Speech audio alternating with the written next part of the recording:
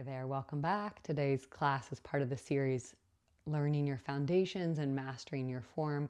We're going to cover what proper form is for heavy strength training, and as promised, we'll go over the proper breath when we're doing heavier strength training versus, say, Pilates or just body weight movement, because it is very different and very important that each mover understands the difference of it in her own body. So let's get started with breath, but before we get into that, we're going to cover the 4 basic movement patterns for strength training. These 4 movement patterns are the foundation, and then they can all change. They can be made one side, they can be made dynamic, they can be combined, but we're going to learn all 4 so that you've got them in your repertoire. Okay, so first things first, go ahead and come to stand, and let's just go without weights first. I want you to take a comfortable stance with your feet, soften the knees, just a couple deep breaths here. When we're working with strength training, what we want to do is stabilize the core through a strong breath. You've seen those weight belts probably. The old school would say, or the misinformation was that you're pushing your stomach out into the weight belt to give feedback. Others would say you're drawing the core in away from the weight belt to give feedback. What I want you to do is inhale, exhale, brace your core like somebody's going to punch it, brace the core, stabilize it from there. And then if you inhale again, you take in another sip, it feels even more braced. So that's the concept that we're going for. That's very different than our Pilates. We inhale, we exhale, zip up, we hug in, where it's just the deeper support. Here, I want you to inhale down. You can still zip up and hug in, but then that outer layer feels like, yeah, somebody's going to punch you, or you're going to move a big piece of furniture. AKA when I'm moving this big reformer thing, I have to brace. So there's your breath. Okay, let's go ahead and come into a squat. Let your feet come about shoulder width apart. And generally, wherever your toes orient is where you want to turn, where you want them to turn. If you bend your knees for me for a minute, what I don't want to see is that your knees and your toes are going different directions. You can see my knees are going in, my toes are going another direction. The other would be toes are going one direction, knees are the other way. So you're going to just let your feet comfortable and then do a couple with me. Just bend and straighten. When you bend your knees, they track right over the toes.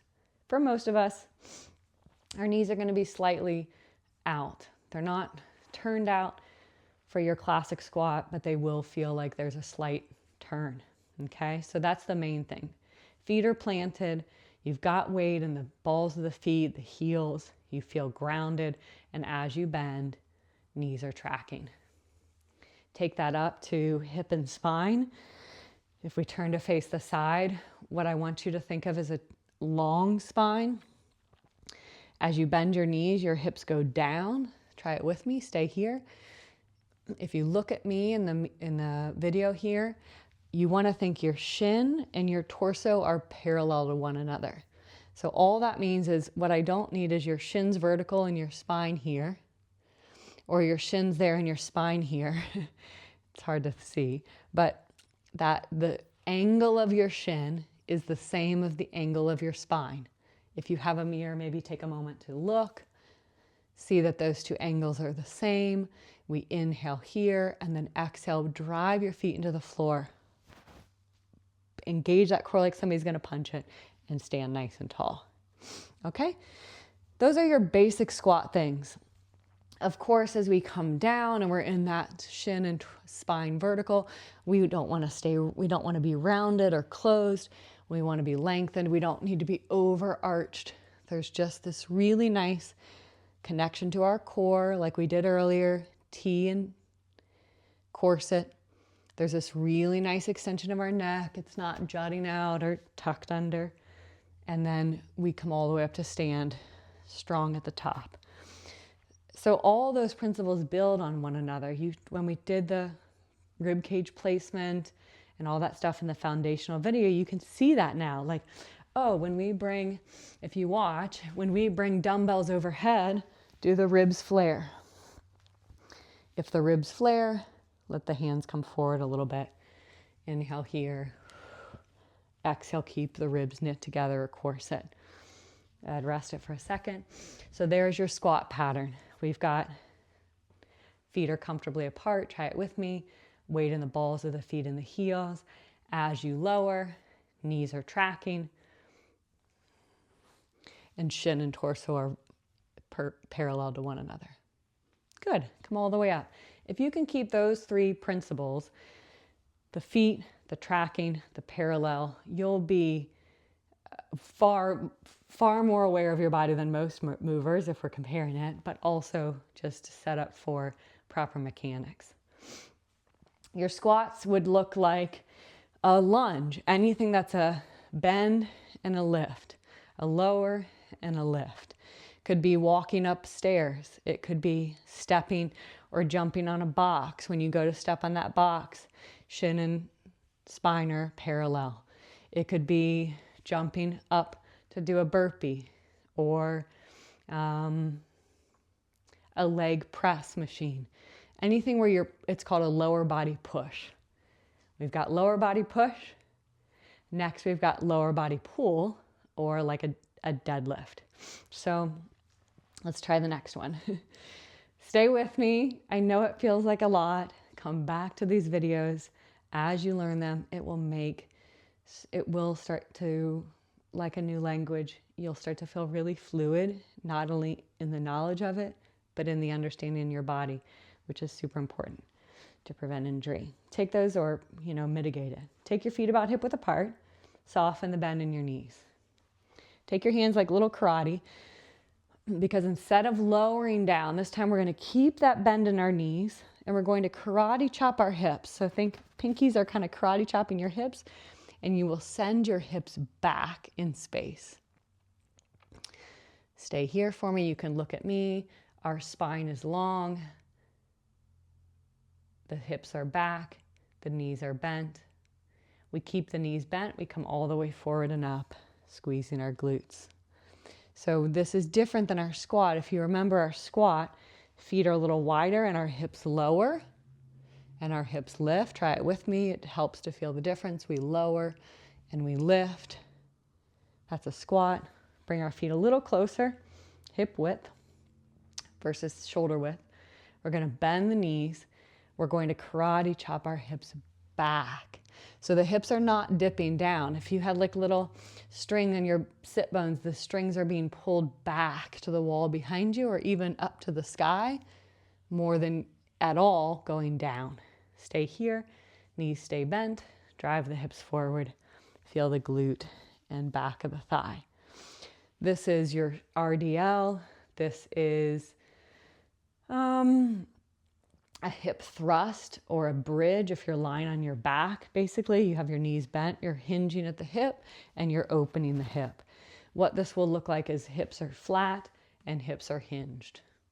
Your hands kind of crease, close in the crease, and then your hands open. Play with it. Yeah, play with it. It takes time. But really what I want you to feel, the difference is when you're standing, your hips go back versus your hips go down. And just knowing that, you're way far ahead of the game and you'll start to feel the right muscles. So lower body push, squat. Lower body pull, RDL. Upper body push would be like anytime you push something away. A chest press, a dumbbell press, a push up, you're pushing something, you're pushing a sled, you're flipping a tire. So let's try it with some weights, coming all the way down. Before we come down, I want you to just come vertical, just to be able to see here. If you were to push a heavy piece of furniture or your car is in neutral and you're trying to push your car, you would naturally put your elbows where they optimally should be, which is about 45 degrees. You wouldn't go to push your car like this, and you wouldn't push like this. It's not bad to do tricep push-ups or a high row, but I want you to think foundations here. The 4 foundational movements are going to be that squat, that RDL, and this press, where the elbows are about at 45. If you bend your elbows, the thumbs are kind of outside of those low ribs, and we're pushing it forward, okay? Finding that nice movement of the shoulder blades. Let's try it with the weights. Come all the way down, bend those knees, plant them on the mat. Bring your elbows out to 45 degrees, and then nice and slowly drive your arms up. You'll feel your shoulder blades kind of peel off the mat, and then lower it down to hover. Press back up. Knuckles reach to the sky, and then inhale, lower. Let's try 2 more. Press up. And inhale, lower to a hover. Drive the knuckles up, shoulders around. Inhale, lower to a hover. Release it. You can feel your core. You can feel how there's a nice length of your neck and shoulders without tension. And then go ahead and grab a knee, roll up. Final one is an upper body pull. So come to stand for me. You can just grab 1 dumbbell. Feet are about, let's just for this one, do feet about hip width apart, bend the knees. And then we're going to take the torso parallel to the floor. Okay, you can let your hand just drop under your shoulder. So we're doing the exact opposite of the upper body push. We're going to pull, where you pull your elbow up about 45 degrees. So it's not tucked in, it's not out to the side. You've got, let's just try a couple where your elbow is 45 degrees for 3, 2, 1. Gaze is still, come all the way up, right? So it will look like if you're seated on a row machine, you're pulling your elbow to 45. It will look like you're doing like that was a row cardio. If you're doing a row weighted machine, your elbows are about at 45. And if you're doing it with a dumbbell. Last comment here, as you pull, you can kind of think towards your low ribs versus like hand up high. So your elbow will be just kind of slightly higher than your hand, if that makes sense, right? We're not pulling it here, and we're not pulling it down there. Those are not injurious. Again, I just want you to learn how to master the foundation so that you can build on it later. If you were here, if you come back to this one and you row, this dumbbell is outside of your rib cage versus up by your sisters, up by the armpit. You're pulling it by the rib cage, elbow at 45. Remember from our form earlier, your shoulder blade kind of rounds away from your spine and then draws towards your spine. Rounds and draws towards. Good, release, come all the way up. Perfect, those are the 4. So take them, practice them. If you don't remember what I was saying about the rib cage, the shoulders rounding and drawing back, go back to that first video of scapular or shoulder blade positioning, because each concept does build on one another, and it will just keep you, it will, I promise, if you can take the time to learn these, give yourself grace in learning it. You don't have to take in all of these concepts overnight. I've been doing this for over 2 decades. But the more understanding, the more you can empower yourself when you're in a class to say to a teacher, or you're reading a program and you're like, okay, no, you're not going to do that because you know it's not best for you. You can start to learn your own body. You can start to say and communicate what it is that you think your body needs so that you can prevent injury. You can optimize your strength. You can progress safely. All of these things are just, I find myself being in this industry so empowering. They just feel so empowering to be able to know how to modify for your own body. There's the intention of an exercise and then how it lands in your body. So a coach, a teacher, a class, the intention of the exercise is wonderful, but the way it's landing in your body doesn't feel right. When you know how to communicate what it is and how to shift it, it's like, you finally have some answers. Enjoy, take these.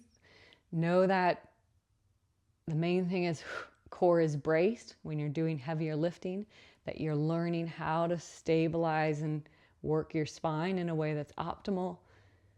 And you'll just keep getting stronger and stronger year after year. Strong for life, thriving for life.